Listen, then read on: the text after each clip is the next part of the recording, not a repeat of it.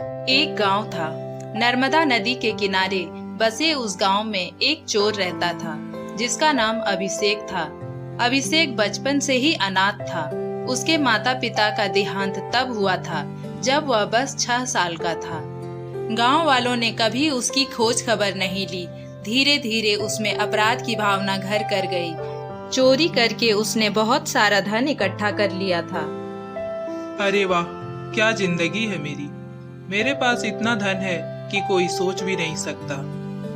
मेहनत करने वाले तो जिंदगी भर पसीना बहाते हैं, फिर भी वह गरीबी रहते हैं। मैं मेहनत नहीं करता, फिर भी मेरे पास धन है, ताकत है और डर किसी का भी नहीं। ये तो किस्मत की बातें हैं। कोई मेरे जितना सातिर भी तो नहीं है। मजाल हो आज तक किसी ने मुझे पकड़ा हो। मैं इतना सातिर जो हूँ कि कोई सबूत नहीं छोड़ता। एक दिन अभिषेक गांव की बस्ती में छुप कर बैठा था। तभी गांव की 2 औरतें आपस में बातें कर रही थी। अरे माया, बधाई हो। सुना है तुम्हारी बेटी की शादी तय हो गई है। आखिर तुम्हारी बेटी की शादी तय हो ही गई। हाँ सुमित्रा, बहुत मुश्किल से शादी तय हुई है। तुम तो जानती हो मेरी बेटी अपाहिज है। न जाने कितने रिश्तों ने उसे ठुकराया है, लेकिन आखिरकार भगवान ने हमारी सुन ही ली और उसका रिश्ता तय हो गया। अच्छा माया, लड़के वालों ने तो दहेज बहुत मांगा होगा, है ना? हाँ सुमित्रा, दहेज तो बहुत मांगा है, लेकिन क्या करें, एक यही रिश्ता है जिसने मेरी बेटी के लिए हाँ कहा है। उसकी शादी के लिए जमीन गिरवी रखनी पड़ी है। कोई बात नहीं माया, आखिर कितने दिनों तक बेटी को घर में बैठा कर रखोगी? और कर्ज का क्या है, आज न कल तो खत्म हो ही जाएगा। लेकिन ऐसा रिश्ता नहीं मिलेगा जो एक अपाहिज लड़की से शादी करने के लिए तैयार हुआ है। और बताओ, शादी की खरीदारी हो गई? हाँ, बस हो ही रही है। आज गहने लेने गई थी, ले आई, अब बस घर ही जा रही थी। अच्छा, संभाल कर ले जाना, शादी के गहने हैं। यह सारी बातें अभिषेक सुन लेता है। अरे वाह, इतने सारे गहने, मेरी तो लॉटरी लग गई। और मौका देखकर माया के हाथ से गहने की थैली झपट लेता है। चोर चोर, अरे कोई रोको उसे, कोई तो पकड़ो। अभिषेक इतनी तेज दौड़ लगाता है कि उसे कोई पकड़ नहीं पाता है और वह भाग जाता है। हे भगवान, मैं तो बर्बाद हो गई। अब मैं लड़के वालों से क्या कहूँगी? लड़के वाले तो अब यह रिश्ता ही तोड़ देंगे। अब मेरी बेटी का क्या होगा? मेरी बेटी की शादी टूट गई। जिसने भी मेरी बेटी के गहने चुराए हैं उसे मेरी हाय लगेगी। उसका कभी भला नहीं होगा, तड़प तड़प कर मरेगा वो। इधर अभिषेक गहने चुराकर बहुत खुश हो जाता है। अरे वाह, आज तो अच्छा माल हाथ लगा है। मेरा तो कोई जवाब ही नहीं। आज भी मुझे कोई नहीं पकड़ पाया। अभी इस गांव में रुकना सही नहीं होगा, दूसरे गांव चलता हूँ। फिर अभिषेक दूसरे गांव में जाकर रहने लगता है। इसी तरह अभिषेक चोरी करता और किसी और गांव में जाकर रहने लगता। उसका एक जगह पर ठिकाना नहीं था।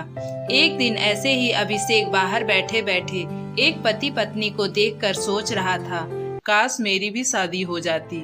गांव गांव भटकते भटकते मैं भी परेशान हो चुका हूँ। अगर मेरी शादी हो जाए तो मेरे घर में भी मेरी पत्नी आ जाएगी, घर संभालेगी। वैसे भी मेरे पास इतना धन हो चुका है कि मेरा घर बिना काम के भी आराम से चल जाएगा। आखिरकार मैं भी अकेला कब तक रहूंगा? मेरी पत्नी आएगी तो मेरा खाना पकाना, कपड़े धोना, मेरा सारा काम संभाल लेगी। बस भगवान से और कुछ नहीं चाहिए, बस उसी की एक कमी है। बाकी तो मेरे पास सब कुछ है ही। धन की तो मुझे कोई कमी ही नहीं है। एक दिन अभिषेक ऐसे ही गांव में घूम रहा होता है। तभी उसे एक साधु बाबा दिखते हैं। प्रणाम बाबा, मुझे आपसे एक बात पूछनी थी। क्या आप मुझे मेरे भविष्य के बारे में कुछ बता सकते हैं? हाँ, क्यों नहीं, पूछो, क्या पूछना चाहते हो? बाबा, मैं शादी करना चाहता हूँ। क्या आप मुझे बता सकते हैं कि मेरी शादी कब होगी? तुम जानना चाहते हो तो सुनो, तुम्हारी शादी उस दिन होगी जिस दिन तुझे फांसी दी जाएगी। ये आप क्या बोल रहे हो बाबा?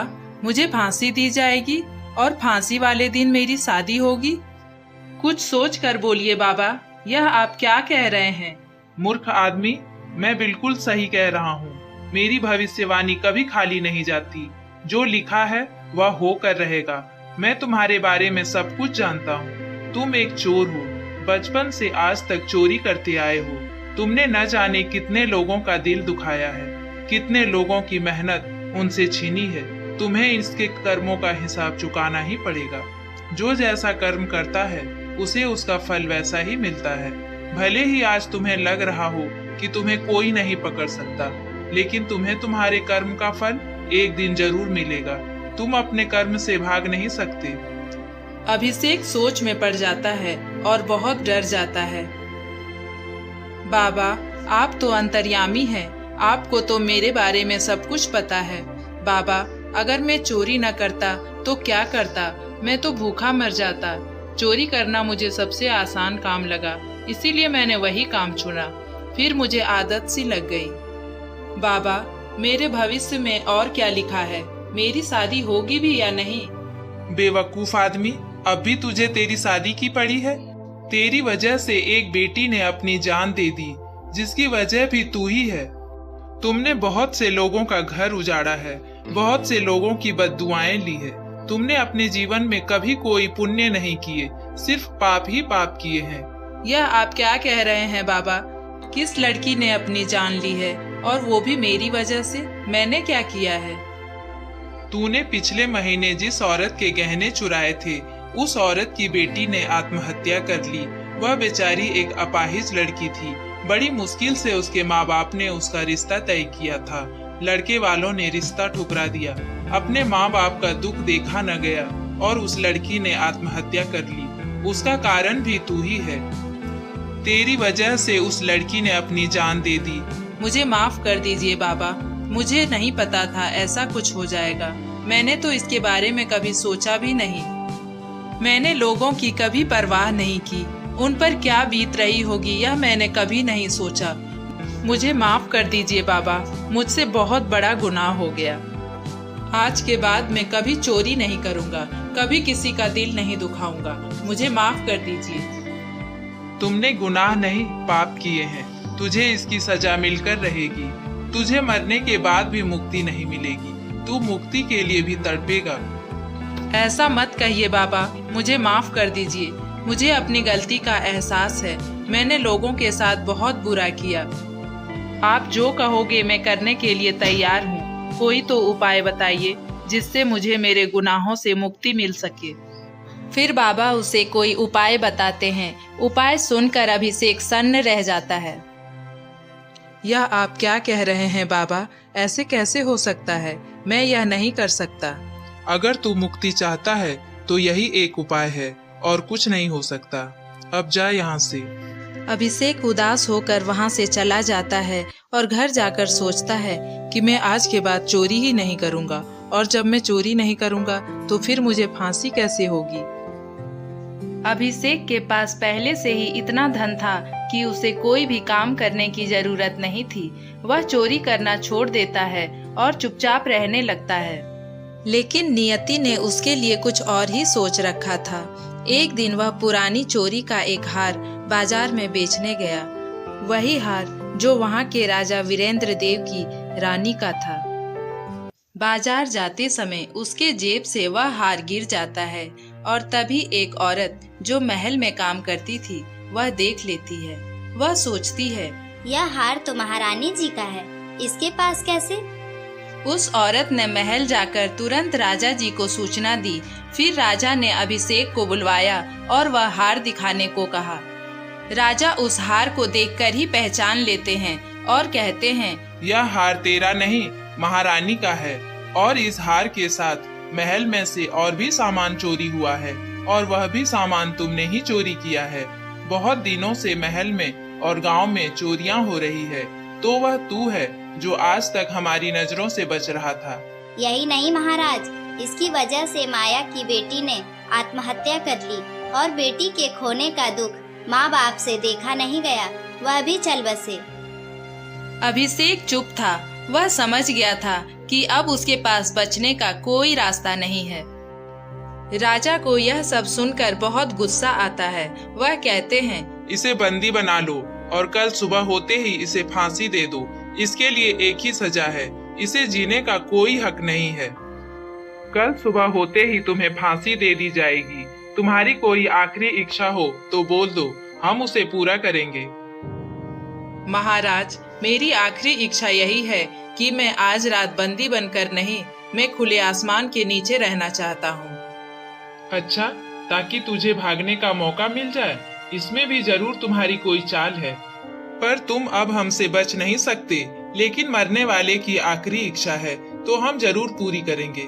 तुम्हें खुले आसमान के नीचे रहना है तो ठीक है, हमारे आदमी तुम्हारे साथ ही रहेंगे।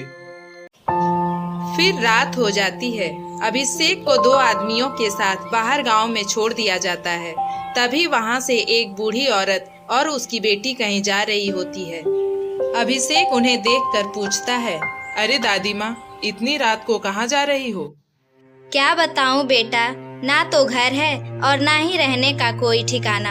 हम माँ बेटी बहुत दुखी हैं। दूसरों के घर हम झाड़ू पोछा करके अपना गुजारा करते हैं। और यह मेरी बेटी संध्या है। इसका पति बहुत बड़ा शराबी था। शराब पीकर मेरी बेटी को मारता पीटता रहता था। शराब की लत के कारण वह बीमार रहने लगा और एक दिन वह बस इस दुनिया से चल बसा। मुझसे तो इस उम्र में कोई काम नहीं होता। बेटी काम करने जाया करती तो लोग उस पर बुरी नजर रखने लगे। इसके पिताजी का देहांत हो गया। हमारे ऊपर इतना कर्ज था कि मकान और खेत सब बिक गए। दादी माँ, अगर तुम मेरी एक बात मानोगी तो तुम्हें कभी किसी के यहाँ काम पर जाने की जरूरत नहीं पड़ेगी। तुम्हें जो चाहिए वह सब कुछ मिलेगा। इतना धन मिलेगा कि तुम माँ बेटी जिंदगी भर आराम से खा सकते हो। क्या ऐसा हो सकता है? क्या करना होगा हमें बेटा? उसके बदले तुम्हें अपनी बेटी की शादी मुझसे करनी पड़ेगी। शादी करनी पड़ेगी? पर तुम कौन हो और ऐसे कैसे मैं तुमसे अपनी बेटी की शादी करा दूं? मैं एक चोर हूँ। कल सुबह मुझे फांसी होने वाली है और मुझे अभी इसी वक्त एक रात के लिए तुम्हारी बेटी से शादी करनी है और एक रात के लिए उसका पति बनना है। होश में तो हो तुम? यह क्या कह रहे हो? एक अपराधी हो और कल फांसी भी होने वाली है, और यह सब जानते हुए भी मैं अपनी बेटी की शादी तुमसे कैसे करा दूं? कभी नहीं, यह नहीं हो सकता। चल बेटी यहाँ से। सोच लो दादी माँ, कहाँ इस उम्र में अपनी बेटी को लेकर दर दर की ठोकरें खाती फिरोगी। मैं इतना धन दूंगा कि तुमने कभी सोचा भी नहीं होगा। मेरा क्या है, मैं तो कल मर जाऊंगा, लेकिन तुम दोनों माँ बेटी का भला हो जाएगा। वह सारा धन तुम्हें मिल जाएगा। सोच लो, तुम्हारे फायदे की ही बात है। दोनों माँ बेटी सोच में पड़ जाती है। फिर संध्या अपनी माँ से कहती है, माँ, मुझे लगता है कि इसकी बात हमें मान लेनी चाहिए। आज रात की ही तो बात है। इसके बदले हमें बहुत सारा धन मिल जाएगा। हमारी तो किस्मत ही बदल जाएगी। उसके बाद हमें दर दर की ठोकरें नहीं खानी पड़ेगी। वैसे भी इसको कल फांसी हो जाएगी। मुझे लगता है इसमें हमारा ही भला है। दादी माँ अभिषेक से पूछती है, लेकिन बेटा, तुम बस एक रात के लिए शादी क्यों करना चाहते हो? वैसे भी तुम्हारे जीवन में अब कुछ नहीं बचा है। तुम्हें तो कल फांसी हो जाएगी, फिर तुम्हें एक रात के लिए शादी क्यों करनी है? क्योंकि तुम्हारी बेटी से शादी करके एक नया जीवन इस दुनिया में लाना चाहता हूँ, और यह तुम्हारी बेटी के बिना नहीं हो सकता है। इसलिए मुझे आज ही शादी करनी होगी ताकि मैं अपनी संतान को इस दुनिया में ला सकूं। पर तुम अपनी संतान को इस दुनिया में क्यों लाना चाहते हो? तुम तो उसे कभी देख भी नहीं पाओगे। दादी माँ, वह मैं आपको नहीं बता सकता। वह एक राज की बात है। बस मुझे मेरी संतान को इस दुनिया में लाना है, और मैंने धन कहाँ छुपाया है वह भी मैं आपकी बेटी को बता दूंगा। फिर तुरंत उसी हालत में दोनों की शादी कराई जाती है और अभिषेक एक रात के लिए संध्या का पति बन जाता है। फिर दूसरे दिन सुबह होते ही अभिषेक को फांसी दी जाती है। दादी माँ और संध्या अभिषेक के बताए हुए जगह से धन निकाल लेते हैं, और इतना सारा धन देखकर दोनों की आंखें फटी रह जाती है। अम्मा, क्या यह सब सच है? मुझे तो अपनी आंखों पे भरोसा ही नहीं हो रहा है। हाँ बेटी, तुम सच कह रही हो। हमने तो इतना धन कभी अपने जीवन में नहीं देखा। इसमें तो हम अपना पूरा जीवन बैठकर खा सकते हैं। अब हमें चिंता करने की कोई ज़रूरत नहीं है। हमने अभिषेक की बात मानकर बहुत अच्छा किया। बेचारा खुद तो मर गया, पर हमें एक रात के बदले इतना सारा धन दे गया। दोनों माँ बेटी बहुत खुश हो जाती है और एक सुंदर से घर में रहने लगती है। कुछ ही दिनों बाद संध्या गर्भवती भी हो जाती है और 9 महीने बाद एक बेटे को जन्म देती है। दोनों माँ बेटी खुशी खुशी रहने लगती है। उन्हें कभी किसी बात की कोई कमी नहीं थी। फिर कुछ दिन ऐसे ही बीत जाते हैं। फिर संध्या की माँ उससे एक दिन कहती है, बेटी, मैं जानती हूँ हमारे पास सब कुछ है, लेकिन मुझे एक बात की चिंता सता रही है। अब मैं बूढ़ी हो चुकी हूँ, पता नहीं तुम्हारा साथ मैं कब तक दे पाऊंगी। बेटी, तुम्हें एक जीवन साथी की जरूरत है, जो तुम्हारा साथ निभाए, जो तुम्हारे बच्चे को अपना नाम दे, उसे पिता का प्यार दे। मुझे लगता है संध्या, तुम्हें शादी कर लेनी चाहिए ताकि मैं निश्चिंत हो सकूं। शायद तुम सही कह रही हो माँ, मुझे अपने लिए ना सही, लेकिन इस बच्चे के लिए शादी करनी पड़ेगी। इसे समाज के सामने उसके पिता का नाम तो देना ही पड़ेगा, नहीं तो कल को लोग उसका मजाक उड़ाएंगे। इसके पिता तो कब के ही इस दुनिया से चले गए। यह बड़ा होकर पूछेगा तो मैं इसे क्या कहूँगी। इसके पिता का प्यार मिलना ही चाहिए। अगले दिन सुबह एक आदमी संध्या के घर आता है। प्रणाम अम्मा, मेरा नाम राघव है। मुझे निर्मला काकी ने भेजा है आपसे मिलने। अम्मा, मैं आपकी बेटी का हाथ मांगने आया हूँ। हाँ बेटा, मुझे निर्मला ने बताया था तुम्हारे बारे में। बोल रही थी कि तुम्हारा इस दुनिया में कोई नहीं है। अच्छा बेटा, तुम्हें निर्मला ने बच्चे के बारे में तो बता ही दिया होगा। अगर तुम्हें शादी करनी है तो तुम्हें संध्या के साथ साथ उसके बच्चे को भी अपनाना होगा। हाँ अम्मा, मुझे सब कुछ पता है। आप चिंता न करें, मैं आपकी बेटी और बच्चे को अच्छे से संभाल लूंगा। मैं उनका बहुत ख्याल रखूंगा।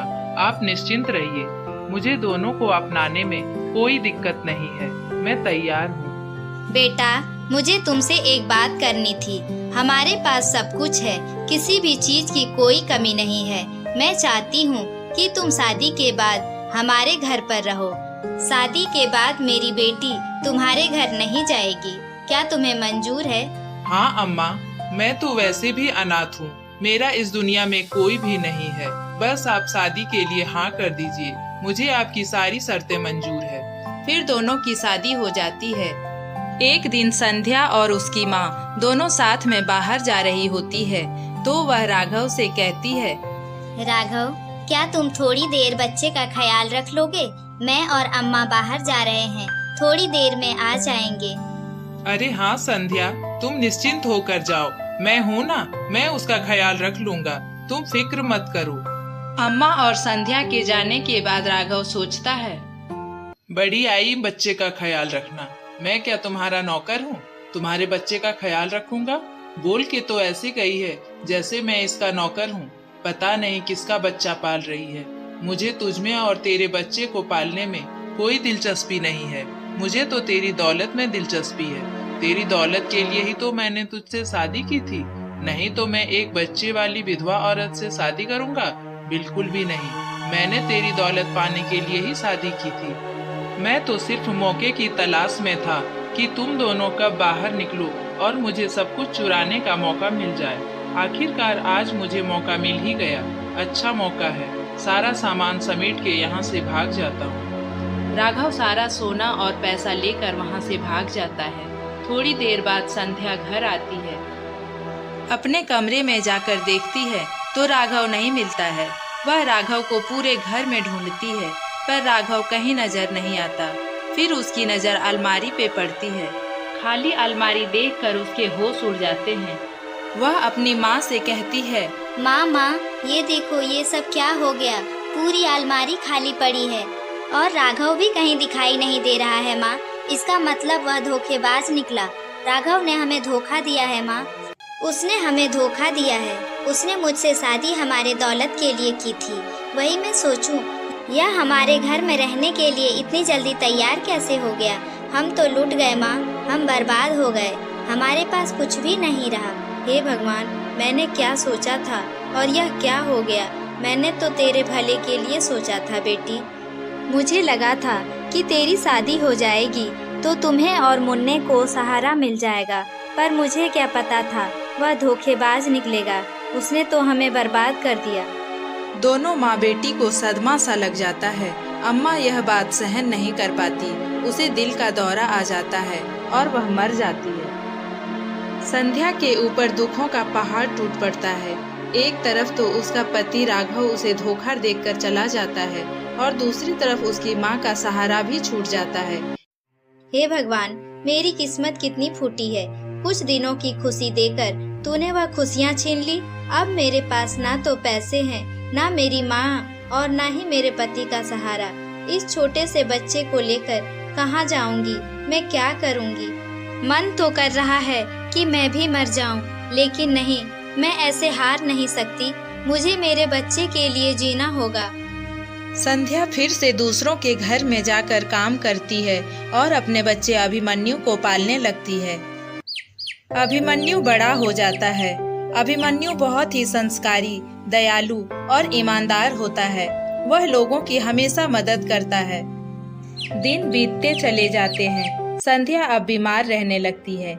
एक दिन संध्या अभिमन्यु से कहती है, बेटा, मुझे तुझसे बहुत जरूरी बात करनी है। मुझे लगता है अब मैं तेरा साथ ज्यादा दिन तक नहीं निभा पाऊंगी। पता नहीं कब भगवान का बुलावा आ जाए। माँ, तुम ऐसी बातें क्यों कर रही हो?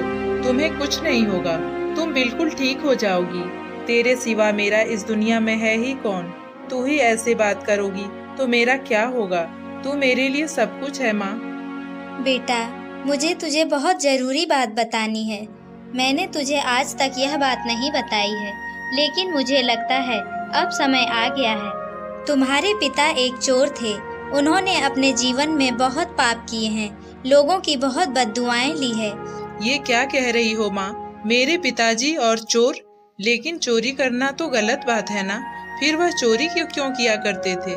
पता नहीं बेटा, मेरी उनसे मुलाकात उनके अंतिम समय में ही हुई थी। ऐसा समझ लो, मैं उनके बारे में ज्यादा तो नहीं जानती, लेकिन चोरी के चलते उन्हें राजा से फांसी की सजा मिली थी। जब उन्हें अपनी गलती का एहसास हुआ, तब एक बाबा ने उनकी मुक्ति के लिए एक उपाय बताया था, जो आज मैं तुझे बता रही हूँ। आज तक तुम्हारे पिता की आत्मा भटक रही है। उन्हें अभी तक मुक्ति नहीं मिली है। उन्होंने मुझसे कहा था कि तुम्हें इतने अच्छे संस्कार मिले कि तुम पाप से दूर रहो, समार्ग पर चलो और तुम्हारे पुण्य तुम्हारे पिताजी के पापों से कहीं ज्यादा हो। और जिस दिन तुम राजा बनोगे और फिर उनका पिंडदान करोगे, तभी उन्हें मुक्ति मिलेगी। बेटा, तुम्हें कभी जीवन में राजा बनने का मौका मिले, तब तुम अपने पिता का पिंडदान कर देना। तब तक उनकी मुक्ति नहीं हो सकती।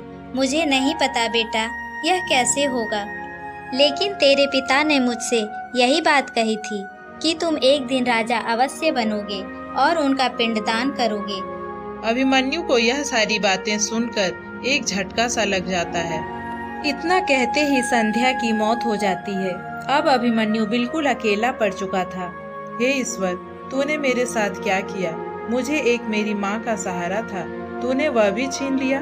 मेरी माँ के सिवा इस दुनिया में मेरा और कोई नहीं था। पिताजी को तो मैंने कभी देखा भी नहीं, लेकिन मेरी माँ ने मुझे पिता की कभी कमी महसूस नहीं होने दी। मेरी माँ ने मुझे बहुत मेहनत करके पाला है। मेरा इस दुनिया में और कोई नहीं। मैं तो बिल्कुल अकेला रह गया। मैं तुम्हारे बिना कैसे जीऊंगा माँ? अभिमन्यु तालाब के किनारे बैठकर यह सब सोच ही रहा था। तभी वहाँ के राजा वीरेंद्र देव का बेटा तालाब में गिर जाता है। अभिमन्यु ने अपनी जान जोखिम में डालकर उस बच्चे को बचा लिया। राजा यह सब सुनकर बहुत प्रभावित हुए और उसे महल में बुलाया। बेटा, तुमने आज मेरे पुत्र को बचाया है। आज से तू मेरे परिवार का हिस्सा है। मुझे पता चला है तुम अनाथ हो, तुम्हारा इस दुनिया में कोई भी नहीं है, मगर तुम आज से अकेले नहीं हो। मैं तुम्हारा पिता हूँ, तुम मेरे बड़े बेटे हो। जब मैं नहीं रहूंगा तब यह गद्दी तुम्हारी होगी। समय बीतता गया। एक दिन राजा की भी मृत्यु हो गई और अभिमन्यु सिंहासन पर बैठा। फिर अभिषेक को अपनी माँ की अंतिम बात याद आई। तो भगवान ने इस उद्देश्य से मेरा जन्म करवाया था ताकि मैं मेरे पिताजी का पिंडदान कर उन्हें मुक्ति दिला सकूं। भले ही मेरे पिताजी कैसे भी हों, लेकिन मुझे अपना कर्तव्य निभाना होगा। मुझे उनको मुक्ति दिलानी होगी। फिर अभिषेक विधि विधान से उनका पिंडदान करता है। उसके बाद रात में उसे स्वप्न आया। अभिषेक की आत्मा प्रकट हुई। बेटा, तूने मुझे आज मुक्ति दी। मेरे पापों का भार तेरे पुण्य ने मिटा दिया। अब मैं मुक्त हूँ।